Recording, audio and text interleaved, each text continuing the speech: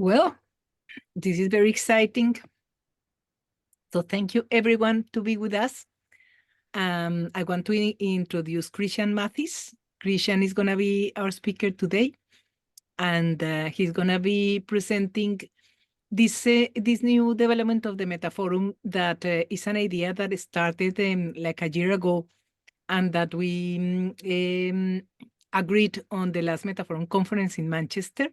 And we are very pleased to let you know, to show you how is it at the moment, and to have your views, your comments, and hopefully your participation. This is an invitation. This is an open invitation to anyone who is interested in developing this idea with us. It's more like a workshop. It's not, let's say, an academic conference. So it's an initiative that we want to develop with practitioners, with the VSM practitioners. And well, we are very happy to have you with us, Martin.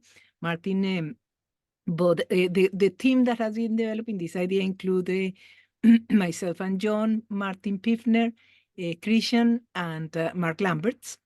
And that's the team from Metaphorum people that have been developing the idea. And the idea, this is like a prototype, and we're going to tell you about the whole idea, and hopefully interact with you to see how much interest how interesting it is for you, and any comments and suggestions you want to contribute to. And obviously, if anyone wants to be part of the group and the idea, everybody is very welcome to join us. So, Christian, you want to start? Yeah, thank you for having me here. I'm very excited that I can present the prototype of the Metaphorum training program. And what I want to present is our work of the last 8 months or so, since May. And I want to give a little bit of context, and then part of the context will explain what I mean with a Metaphorum operation group. And I will talk about why we think it's a good idea to have the certification program, and for whom, and what, and how. So that's the overview of the presentation. I think I need some between 35 and 45 minutes, and the rest of the time we can have a discussion. I'm very looking forward for many inputs and many proposals to improve the program and to extend it. And starting with the context, Angela, maybe you give the context, because that started with your initiative Metaphorum 2.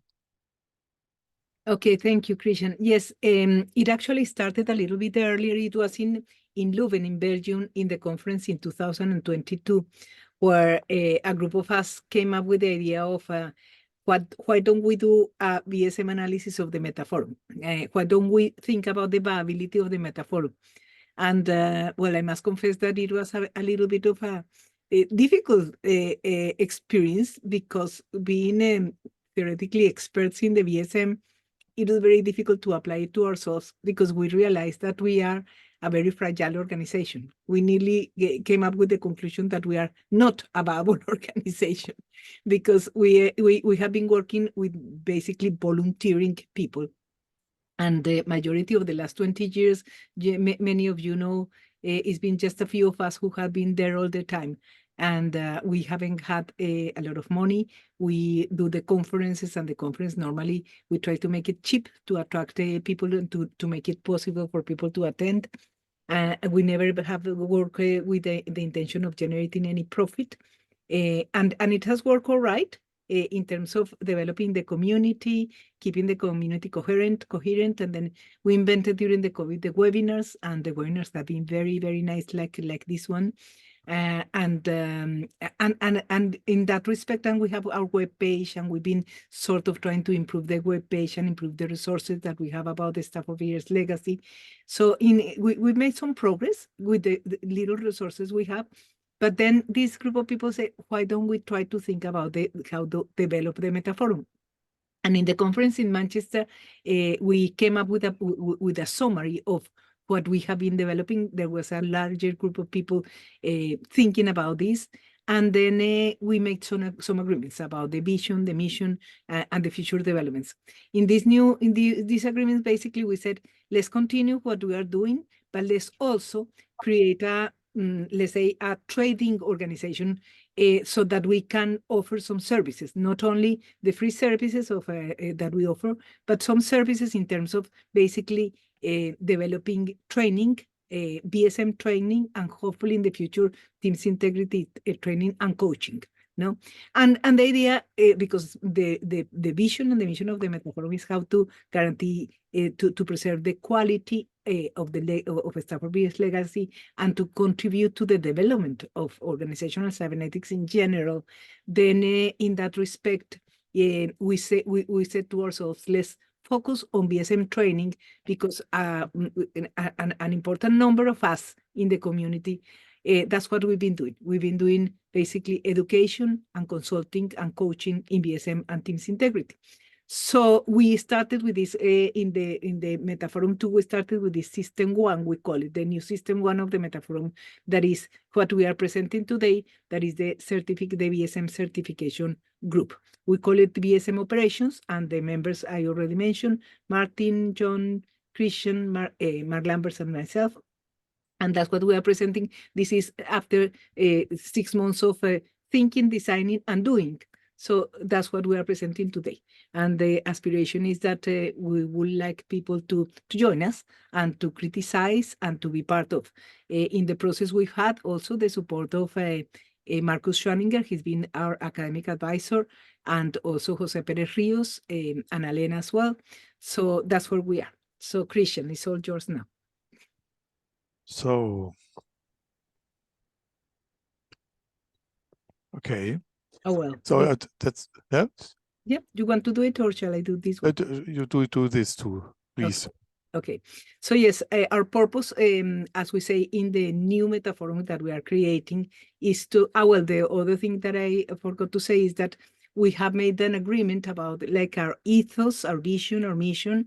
We basically aim to, and this is a summary, we aim to democratize access to ESM and Teams integrity and supportive products and services by making the social technology broadly available to those that share our values and ethos.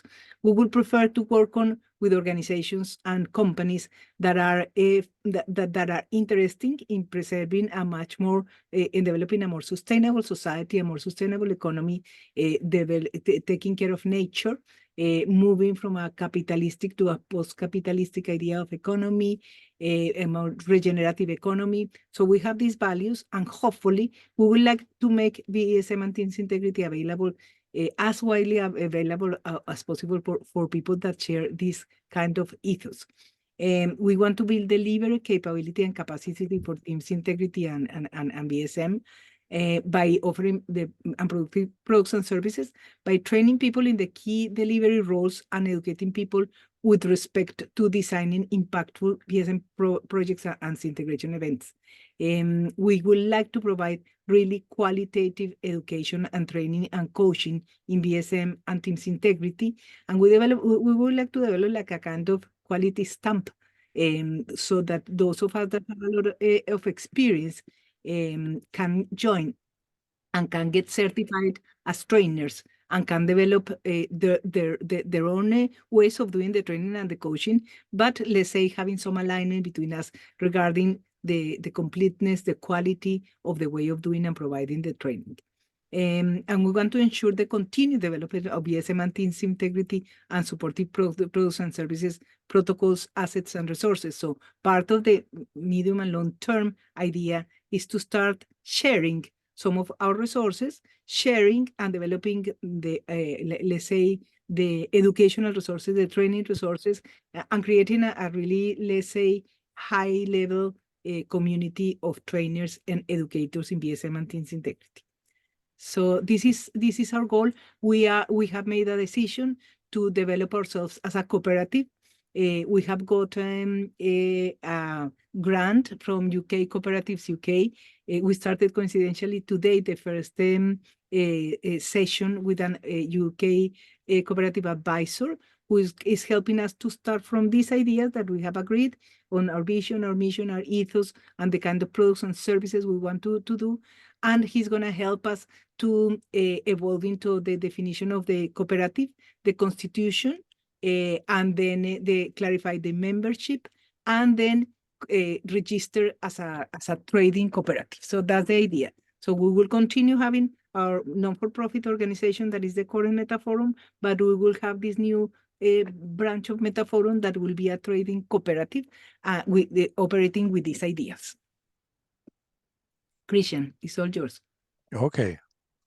So to conclude this structural context, what we do here is what we are doing here is part of Metaphorum's strategic plan to extend its activities, and our system in focus is the VSM operation group, and specifically I want to talk about system 1, which is called training and certifications. The other part of the context is about myself. The Metaphorum 2023 in Manchester was the first one, and the reason why I attended was I stumbled over VSM because I have a customer who works with Martin Pfiffner and does a large implementation of VSM for about 200,000 people. And they said, yeah, that's an interesting new concept, and you should also look at it. And I did, and I was fascinated immediately from it. And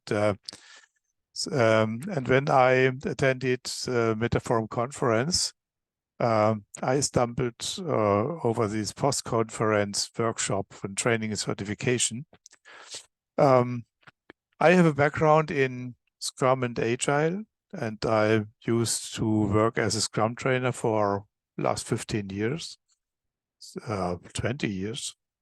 And as a trainer in that context, I have a lot of experience about how certifications work and how certification organizations work and what can go wrong with them, and which special interests can corrode the spirit and the good spirit of these organizations. And maybe I can add some ideas to help succeed this initiative. So that's the reason why I'm here in this meeting. So let's talk about the Metaphor Operations Group. The important thing is we want to disseminate VSM globally. Yes, that's clear. And the problem is to maintain quality standards while we scale. And that's not easy, because when you scale and have new trainers and new consultants who disseminate some theory, there tend to be problems and quality problems. And we want to counter these problems by this operation group and help to train and certify a group of coaches and also trainers as multipliers. And help also the other system ones, for example, funded research projects, and build it, and also have build and maintain an international practitioners community. That's what the operations group is about. The obvious question is, why should we have a certification program? What value is behind certification? And the experience with the area I was active previously was that a certification program can work as a hook or an anchor or an idea to generate more interest in companies, especially in companies, because when you have a people qualification program and training program, they want some certification, simply because it's important for their career to prove to their bosses that they didn't just have a few days of vacations and that they learn something and that they can they are prepared for new jobs and new responsibilities. And that was the idea behind creating a certification program. And to do this, we need to agree on certain contents and the quality. And what's our purpose is to create this way greater visibility for VSM and create a market for VSM related service. Visibility means to create a market, and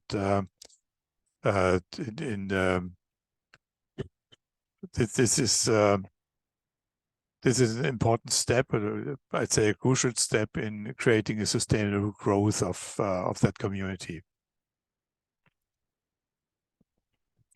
Target groups. Whom do you want to train and certify? One group is, of course, practitioners. Practitioners in various areas. From my background, I think primarily in practitioners in corporations, but a large part of VSM is concerned with practitioners in cooperatives and non-profit groups, and also, besides practitioners, also academics. And this opens a great opportunity to combine different experiences because VSM in itself is not restricted to one of these areas. And if you have such a diverse community which drives VSM adoption, you have a great opportunity to exchange views and enrich your perspective with people of other backgrounds. When you come to the next line, what I think is important also to address specifically organizational experts, organization developers, organization designers, auditors.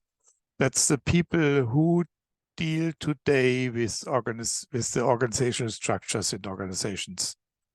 They most of them work with different theories and models. Galbraith model, the 7S system model, and the like.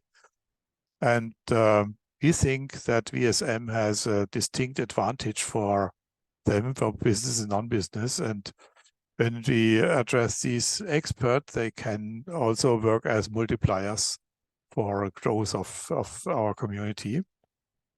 And last but not least, of course, if you don't get not only a buy-in, but also active participation of the managers, you will not get anywhere. And that is one toxic habit in many corporations, that managers tend just to delegate it to some experts and return to the golf court. That's why we think it's important that we also develop an offering for managers to make sure they understand their direct involvement and their ownership of that process of adopting VSM is important. So that's about target groups. When we talk about certifications, we think about, to start with, 3, if you count the trainer, as 4 certifications. One is a practitioner. It's I steal one quote from the Scaled Agile framework. That's train everybody. Everybody should understand what they are doing and what's the context in which they operate, and be able to add meaningful contributions to not only working in the system, but also on the system. Some of them will have more, some less influence, but at least an orientation thing it's appropriate, and we wanted to give orientation how such a orientation in a one-day training would like. And if you go to the more active participants of the introduction of VSM, we said for a meaningful contribution, which meaningful means at least organizational diagnosis. 3-day training for the beginning should be enough. Yeah, enough to do what? To have the understanding, but not yet to have the skill and the competence to do it. So ultimately, we think it's necessary to combine a training and coaching or mentoring, and applying that knowledge in a practical project of a meaningful size. We came up with the names VSM Coach and VSM Designer for this. VSM Coach, as I said, should be able to do a diagnosis, and the designer should have done some design, and should have also had an active role in such a design. And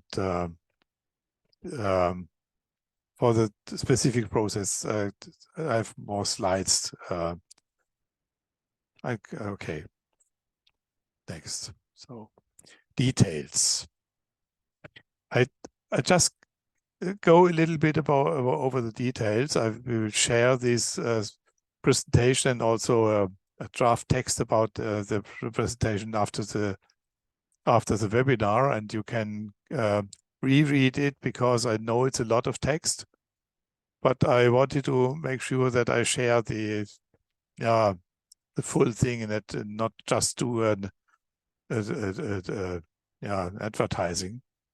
So if you talk about the one-day course, VSM practitioner, it's a one-day training, 8 hours, and after that, the participant should understand the purpose and the benefits of the model itself, of course, and the underlying principles. And what we want to develop, what we do not have right now, is we want to add a test to it, because it's a certification, and if the HR departments ask for the validity of that of the certification, we want to come up with a valid answer. And the idea was to have a closed book test online. Online test means, yes, if you have enough criminal energy, you can cheat about it. Okay. Closed book means you are not supposed to have a manual at the side. You have to you're supposed to have the closed manual and to answer the test questions from the memory. But we at this point in time, we do not think it's necessary or from the effort adequate to do more than that. And we have an idea about the training itself. It shouldn't just be a PowerPoint battle. We would like to have at least one simulation or gamified experience.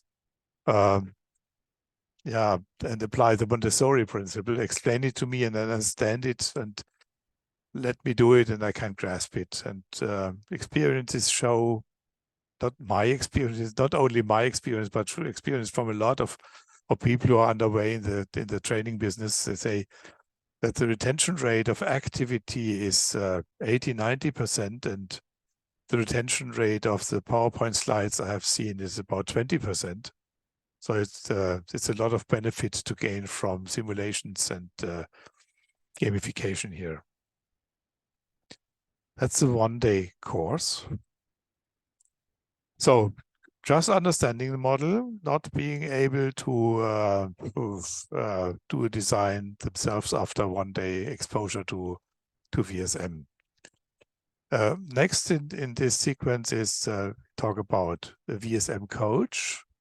The VSM coach should be able to do a diagnosis, not yet a design, because the design is a little bit more demanding. And the essence is it's three-side, it's on-site with groups and also interactive experience and so on. And it's done by an approved trainer, a trainer who has shown to MPA, to Metaphorum, that he or she has the skills and the expertise and the experience to apply VSM and to teach it. And at that point, we didn't provide the idea of another test, because it's easy to have basic skills tested or basic knowledge tested, but it gets more and more difficult if you have advanced skills. So the trainer essentially confirms the successful participation in the training. So it's 3 hours. It's include the learning objectives from this presentation. You understand the VSM theory, and you have the basic ideas to design the organization and also about what can go wrong. And yeah, that's the core. I think I do not need to go into the details of which parts of VSM should be understood, all of them. So that's when we talk about coach, it's the knowledge, and the next step is designer, and designer is not a course of, at least it's not only a course. It's active. It's a process where the participant is actively supervised or coached or mentored by a trainer. The trainer means the trainer for VSM designer. That's not necessarily the same trainer who did the VSM coach course, but economically speaking, that makes a lot of sense, because when we want to implement this in an economic environment in companies, there must be a business model of the trainer or the trainers behind that, and it's easier to have it as a complete package instead of just offering supervising or coaching. What we have here is more of criteria of what qualifies as a valid practice or valid project. It's active participation, not only giving a recommendation to someone else who does it. It means being in some steering role, and show that you have to show that you created a real and proven benefit to the customer, to the customer, and you need to provide a practice report. You need to receive a recommendation of the client and acceptance of the trainer or mentor or coach, or we call that person trainer here to stay consistent. So what does it need to become a trainer? One thing is we think it's the trainer must be an active member in Metaphorum, in the community, because we also expect an active continued development of their skills and experience. And in the beginning, the trainers need to prove their competence to the BSM operations group. That can be done in several things, for example, several ways. For example, recommendation of Metaphorum, the board, or operations members, or an internal panel of Metaphorum, or can be a track record of publications. If you have written several books on MPH, it's outrageous to request that you appear in front of a panel of other people who know not more than you do about VSM.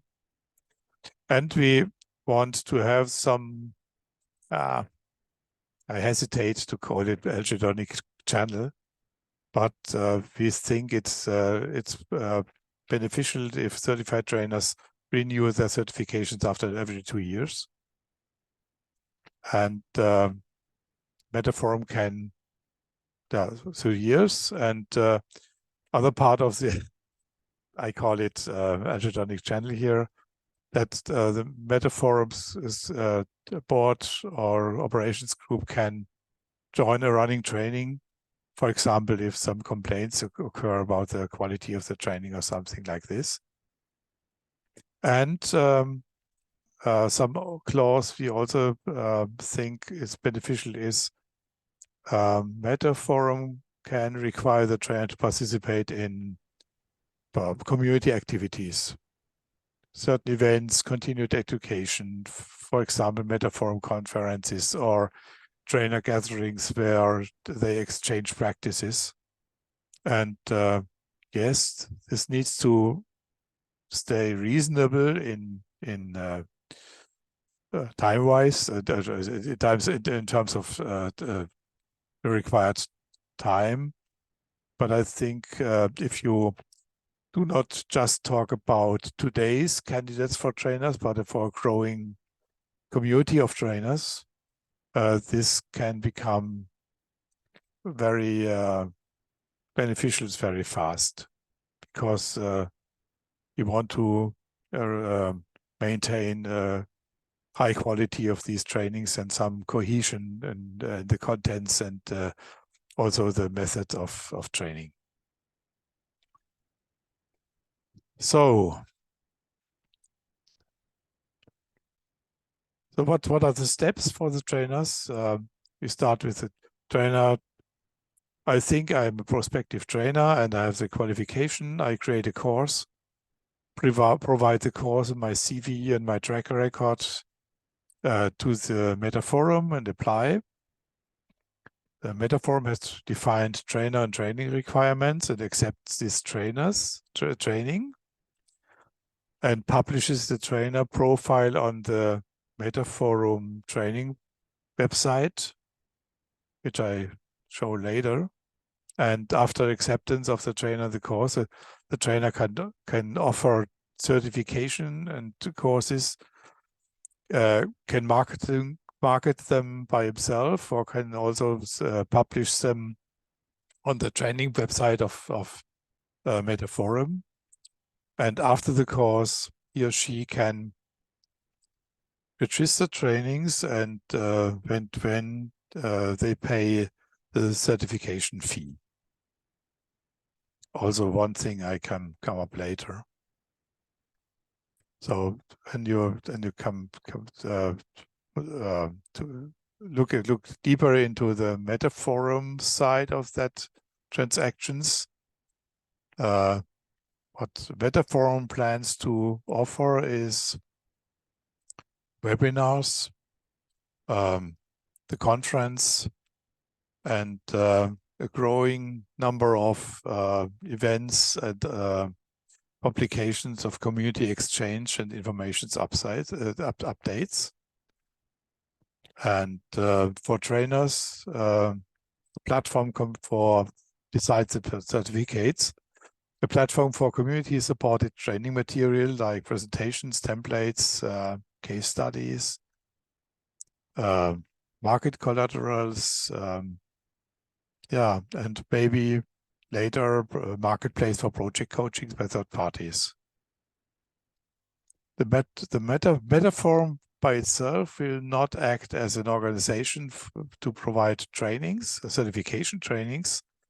This could be a conflict of interest, but through the operates through the trainers. Okay. So the roles. This is a lot of text. I skipped through it. I explained most of it, and I think it's a little bit much if I just read them aloud for you. It's for later reading. The roles are Metaphorum, trainers, trainees, and training certification is the subject of our system 1. There's Metaphorum operations group, which is here under management. And the initial group is Mark Lamberts, Martin Pfiffner, and myself as acting, and supported by Angela and John Walker for the board. And yeah, and what we also will look deeper into is to extend the certification body, the people who accept training applicants. Yeah, that's not very clear at the moment, because we need to create experience with that and to have to adapt, and we cannot have a perfect solution all in advance. Last not least, fees and payments. We thought that we need some payment scheme, because to operate this, it's from the training group to the creation of material that will ultimately cost money, and I think it must be paid by the trainings themselves.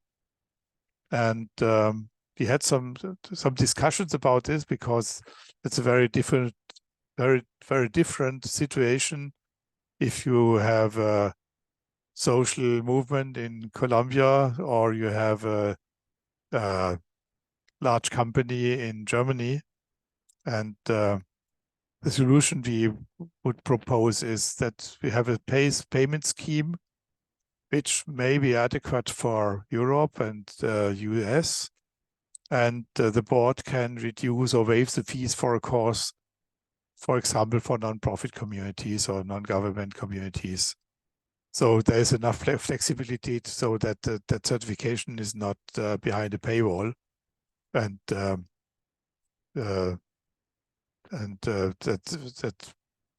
I think that's a good idea to start with. And the process is the trainee pays the trainer pays Metaphorum, and when the trainer registers their students for certification.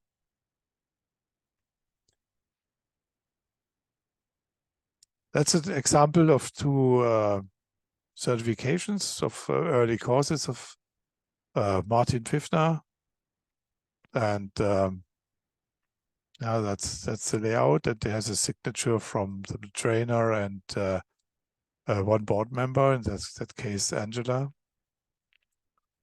And we have already started with some examples of trainings and start to gather experiences. And this is one training from Angela in Colombia with 200 people, introduction into a project, and some screenshots. Angela, would you like to elaborate on that? Yes, this is a project that I am currently doing in Colombia. This is with a public university, the Distrital University, which is the largest public university in Bogota. It has about 60,000 students. It's a university with completely free fees. There's no fees and it's for the poorest people in Bogota. It's a very interesting social project. Well, Bogota is the capital of Colombia and the city where I was born. So I'm doing this more for social responsibility than for money. It's a project in which they basically cover my traveling expenses and give me a little bit of money to cover my expenses while I'm there. But I am very interested in training these people. They are mostly students, lecturers, and administrators from the university. They have made a decision at the level of the council of the board of the university that they want to use the VSM to implement their development project. We started the training in October last year, and I'm coming back to Colombia next week to do the second stage of training. So already I did the first introduction, very well attended, lots of excitement about the project, like 200 people. And then the 120 of them stayed for the introductory workshop of 1 day. And now I'm coming back next week. I'm gonna do a training of the people who are gonna be facilitating the project of BSM in the university and in one of the faculties, in the Faculty of Engineering. So I'm going to be training around 30 to 40 people. Those are doing the 3 days training. And then they will be the ones who are going to replicate the process of diagnosis in different faculties. So then some of them will be doing the full training of applying their BSM diagnosis and implementation of changes in different parts of the university. Because this is a social enterprise, not for profits, we are not paying Metaphorum for the certification, because basically they are not paying us for a lot of money for this. But I am experimenting with the social aspects of the certification process, and they are very excited about being certified for Metaphorum, and this is all going very well. Great. Second example is Martin's course in October. Martin, would you like to explain a little bit about your courses? You're mute. Yes, basically, this is a course 3 days introduction and VSM diagnosis course I developed over the last 20 years, I would say, starting at my time at Management Center St. Gallen with Malik. I've done that course over 100 times, I think, and develop it continuously, resulting in the book with the 7 steps, the book that I published, The Neurology of Business, the English version. And that's a 3-day course. We had 20 participants in the course, which was more than expected. It was held in German only. Very good feedback from the participants. Successful course. We took some lessons learned with us, of course, and will improve. And yeah, and next trainings are now planned then for next year, one in English and one in German. Krijan, maybe Okay, thank you. Add something. Yeah, I was a participant and I got a very good also feedback from the other participants, and actually it taught more than VSM. It also taught about mapping in a real life economical organization, and I think the participants took a lot of practical experience and practical knowledge and can use it in their their jobs afterwards, and they also said that, all of them. Yes, maybe it's important to note that we, on one hand, introduce people to the viable system model and its application, and on the other hand, we did that by having them diagnosing and designing their own organization. So we had 4 cases for the 20 people, 4 practical cases, and these cases were brought by the participants. It's their organization. And so we had a common look at it and went through that process of the 7 steps in my book. Okay. What I have also is a short glimpse into the training website. Training website, you can find it at training.metaphorum.org. My 45 minutes are up, so just as a link, and I would like to open the discussion now for, yeah, thank you. Okay, John Lee. Thank you. This is an excellent presentation. I completely support everything you're doing. About a decade ago, I designed something called Viability USA, and it's basically what I'm interested in is how to market BSM. So I'm looking at target audiences that we can communicate with. So number one, I designed a brochure called Viability USA to explain everything you just said to a corporation and propose a 5-day flush for them to use BSM to completely update their organization. That's number one. Number two, I'm the author of the Reader's Guide, a Platform for Change by Stafford. Number three, 4 years ago at ISSS, I presented this paper with a woman from Brazil to Elena on how to do BSM in healthcare in Brazil, England, California, and China. I have spent the last 4 years organizing the League of Women Voters. I am the mother of the monthly newsletter now that we send out to 700 leagues around the country. What I'm working on, this is the back of Platform for Change. What I'm working on is the information system to explain everything that you just said. What I want to do is create an audience for your trainers so that we can actually implement BSM and explain it to people in a way that it becomes their everyday vocabulary. That's where I think we're headed. Nice. I'm done now, but I want to talk about how to do BSM in healthcare. That's my interest. Thank you. Thank you, John. Very Excellent. interesting. Wonderful. Who else would like to contribute? Jeremy. I'm terribly excited about this. I think this is a wonderful initiative. I can't wait to rack up all these certifications myself and teach it to other people at some point, because I believe in this so much. I think this is such a great approach. I know that so much of Metaphorum is based in Europe and South America. I would love to see something like this happen in North America as well. Thank you, Jeremy. That would be really nice to see happening. This will be really good. Marcus.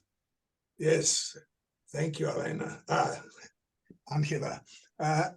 This endeavor is really important. And so I find it interesting. Now, about the basis of Angela, I heard you say at the beginning that this is a contribution to a post-capitalist society. And I would like to know, what do you understand by post-capitalist society, and how is this related to this venture? Thank you, Marcus. Well, this is an ambition, and this is still just in our vision. We haven't yet sort of designed in more detail how does it how can we do that in practical terms. We will prefer, as Metaphorum, to focus on organizations that are not working in the traditional way, just for money making and putting their economic interest on top of the interest of humankind and nature let's say on top of the interest of sustainability, global sustainability. We will prefer that. We haven't got yet an agreement within the Metaphorum members of how does it translate in practical terms, because obviously we, as you can see, we are working in two different realms. No, Martin and his group have enormous experience in the corporate world, and they have their own criteria for choosing their clients. John and me and others in the Metaphorum work more in social organizations. So let's say that we have devoted our lives to work more in organizations, not for profit, cooperatives, communities, and so on. In that kind of realm, it's easier to say we would prefer to work with organizations that are not just there for making money, but have other ambitions. In the corporate world, it is still not completely clear, but I think that, Martin, you can correct me, but I think that we will agree that it will be our preference, yeah, to sort of focus, because it's not only, I mean, this idea is not just for making money. We have the ambition of making a bit of money for the Metaphorum only for the purpose of improving our capability for developing resources, educational resources, because we have very limited capabilities in this moment for developing the website, for developing our conferences, for developing the archive, and for doing some research. Yeah. So in that respect, Metaphorum is interested not in generating money per se, but in generating money that can help Metaphorum to do better what we aim to do and to move more clearly in that direction. So that's where we are in this moment. I think that we need a lot of more thinking and clarity in terms of how do we put this vision into practice in this particular context. But it's our ambition, at least. Thank you. Thank you. Panos.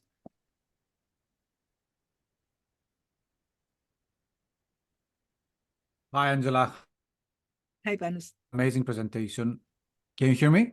Yes, yes, perfectly. Yeah, so great. Amazing presentation. Super excited as well. My only comment is about, could it be a possibility of some synergy with like academic institutions? Just to give you an example, I'm currently going to teach like VSM over in a business design course. So I'm going to be spending like 3 weeks on this thing, like. We lost you. Yes, we lost you. I don't know if you can hear us. Okay, it's all right now. It's all right. So did I break up? Yes, you broke up. Yes. Sorry about that. The question is now? synergy with academic institutions. Yes. So if there can be like some kind of synergy between the two, like you take a course and you also get a registration or a certification for that. Yes, I am the one who's more interested in that because, as you know, I am an academic. I'm still teaching BSM in Exeter University, and well, in this university in Colombia, and I do like very much the idea, and I'm teaching BSM as well in Transylvania Executive Education in Romania. I'm negotiating, I'm beginning the conversations with these institutions because I think that it will be very interesting to combine, I mean, both the educational packages and approaches and the audiences, because many of the students that I'm training are practitioners. In England, this is a systems apprenticeship, and they are practitioners. So it will be really nice to combine the expertise and the teaching materials and the coaching approach and everything from academic institutions. So we are working on that, and hopefully we will come with a proposal on how can we do that jointly as well with universities, so that we can use the expertise that we develop in particular institutions, and we can provide the certification, and the trainers, the academic trainers as well, can become part of the community. That will be ideal. That's what we aim to do as well. Yes. It can also help expand the community, I think, drastically with Absolutely. all these students. Absolutely. Yes? So I mean, we can talk more about any of you who is interested in this idea.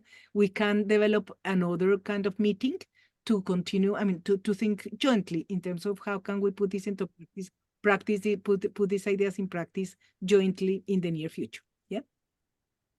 Maybe if I can comment a little. Oh, now there are other people who have their But please comment, Martin, and then we will give the Martin, please comment now because Okay. Just I try to keep it short. The basic idea why we came up with certification criteria was really to maintain some kind of a minimum quality standard while trying to spread the whole thing.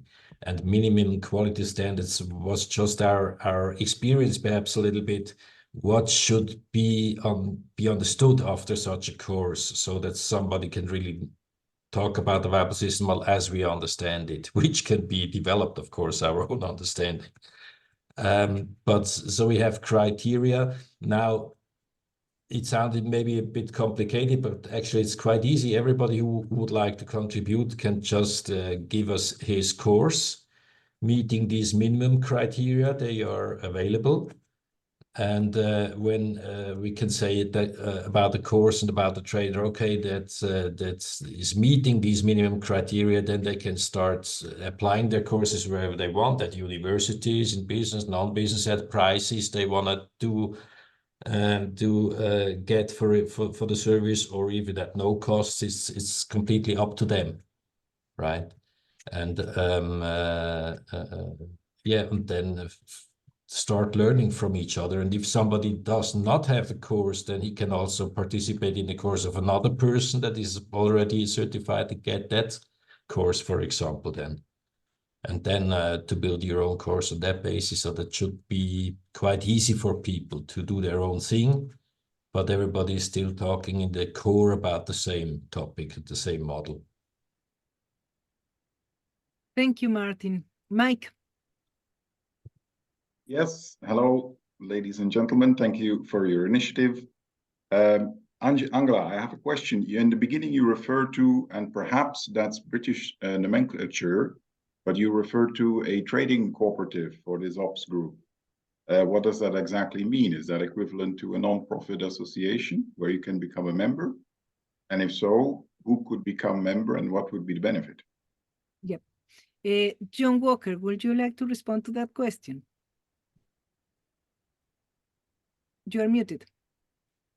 Yeah, certainly. Hi, Mike. Yeah, this all started when we started realizing that all the work that Metaphorum did was as a membership organization, and there were lots of opportunities for doing what we set up to do, which is basically to work with disseminating and developing Stafford's work through trading, through providing courses, charging money, providing a living for somebody. And I think we started to realize the limitations of a completely voluntary organization, which depend on people who've got plenty of free time to put in, and therefore is limited in certain ways. So we were very interested in setting up a trading cooperative, a trading company. The other thing was that once we started trading, and charging money for the things that Christian mentioned in the presentation, that we'd therefore have issues of taxation and yearly returns,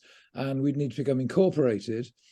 And the last thing we wanted to do was to set up a traditional company, which is certainly in my experience designed to benefit a few at the expense of the many.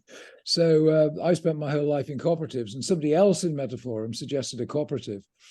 So we decided to set up this trading organization, which is Metaphorum Cooperative Limited, which will, number one, give us limited liability in case anything goes horribly wrong, and provide a framework whereby the institution, the Metaphorum Cooperative, is there for the benefit of everybody that's a part of it. And we're currently working through the registration and the details of how we define membership and who can become a member and how we deal with that. Because the whole basis of a cooperative is that everybody owns it, everybody has a stake in the control of certain aspects of it. I mean, particularly the System 5 and the long-term development. So it was really to move into a situation where we could start charging money and providing wages for somebody to do the stuff we really want to do. And the cooperative seemed like exactly the right kind of structure for us to do that. Does that answer the question? But the question about can everyone be part of it, John? everybody who wants to partake of it can apply for membership, and there will be membership criteria. One of the fundamental parts of a co-op is that membership is open to everybody. Okay, so it's a special vehicle limited liability company where you can buy a share. No. It's a limited liability cooperative. Okay. So there are shares, but they're basically everybody has a £1 share, which entitles you to a vote, but absolutely nothing else. Okay. And would a trainer that is certified by the board automatically become a member or not? Yes, I think that's what we are agreeing, that the training, the certificate includes the membership for a year, yeah, and you can renew the membership after the year. We haven't yet agreed on the price of the membership, but we are gonna try to make it cheap and simple, so that the majority of people who wants to be a member can be a member. Yeah. This is, of course, gonna change the idea of membership that we have at the moment, because in the moment we have had a very loose membership of the Metaphorum. We basically assume that anyone that comes to a conference and pay the fees of the conference become a member, but we haven't controlled very clearly, so how many people have gone to how many conferences and so on. And this is gonna put us some constraints in terms of the membership, but we want to keep it very cooperative. I mean, very open. We don't want to make this a business. We don't want to make distinctions. We want to have a cooperative ethos in the governance of Metaphorum. So we want members to volunteer to be in the board and so on. So this is all to be designed. Part of the work that we're doing is rethinking the governance of Metaphorum and the membership. And once we create the cooperative, we will announce this criteria, and very likely we will ask people who are not officially members. No, we will take people who have been in Metaphorum events in the last 3, 4, 5 years as current members, and those who haven't been and want to become members, we will say, well, you have to pay a fee for the membership. That very likely is not going to be an expensive fee, but we will have to formalize a little bit the membership.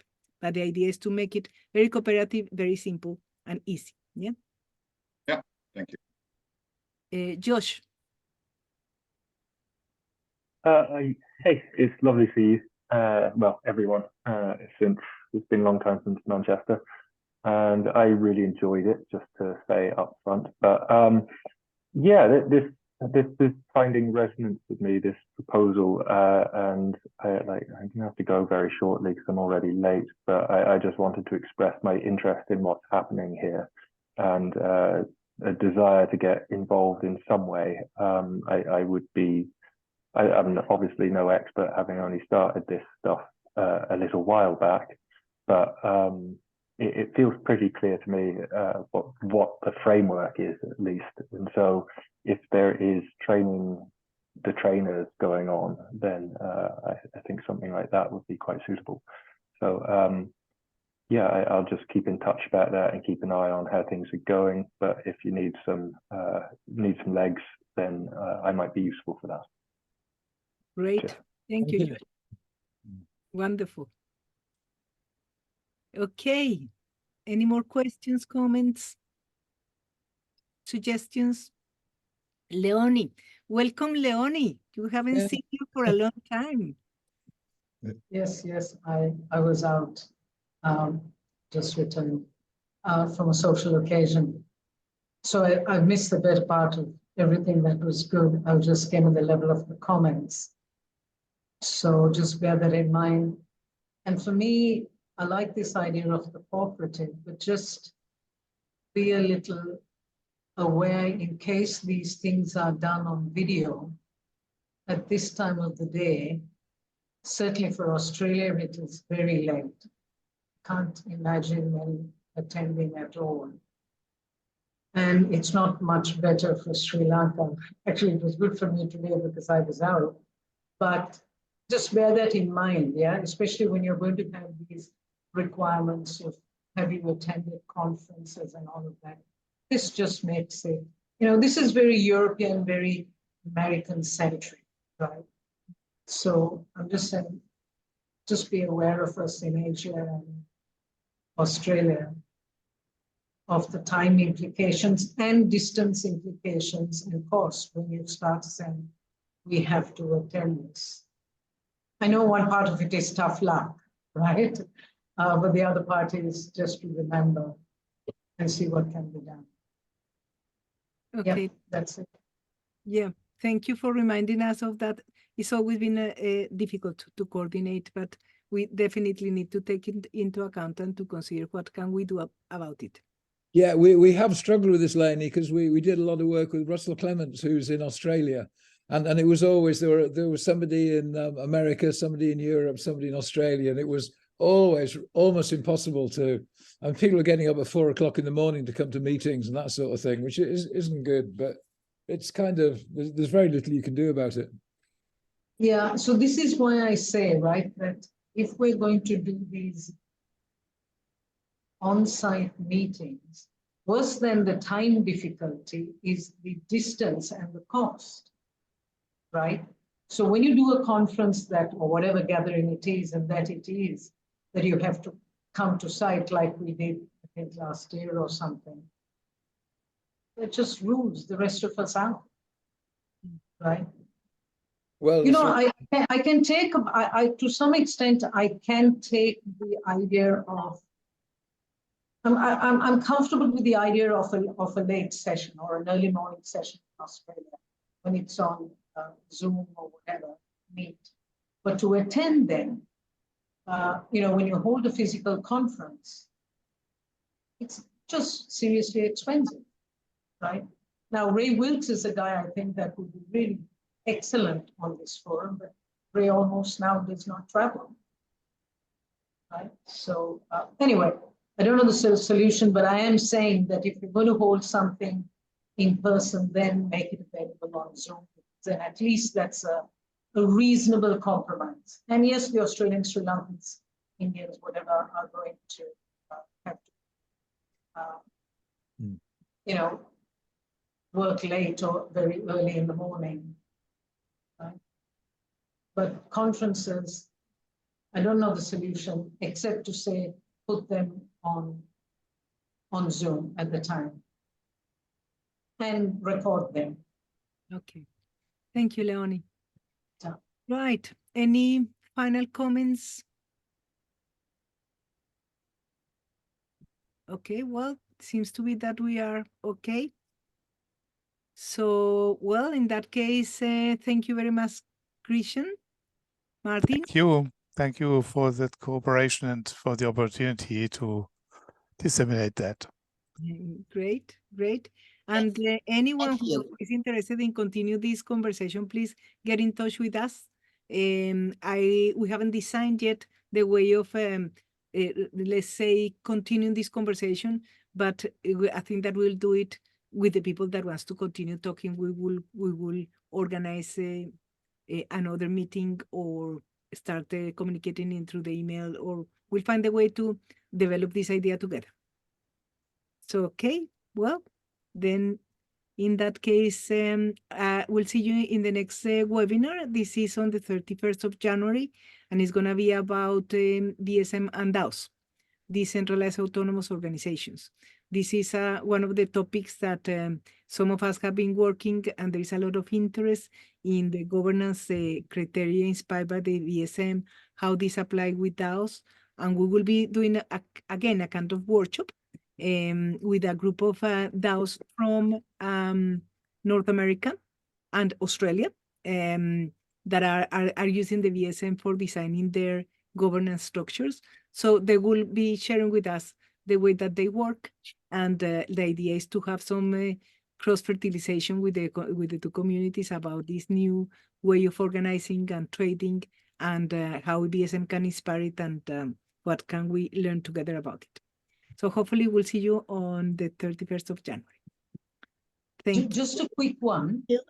I take it you're recording these, yeah? Yes. Yes. Yeah. Could you just do one little extra piece, and that is to put captions on? And then you will get the English. It will be written at the bottom, which will help should we lose connection, and also for the different pronunciations maybe. Okay. It's a simple thing. You just click the captions button. Okay, then- thank you for the suggestion. We'll make sure to do that. Okay, well, then thank you everyone, and see you by the end of the month of January. Thank you. Bye. Bye. Thank you. Hugs from Everyone. Brazil.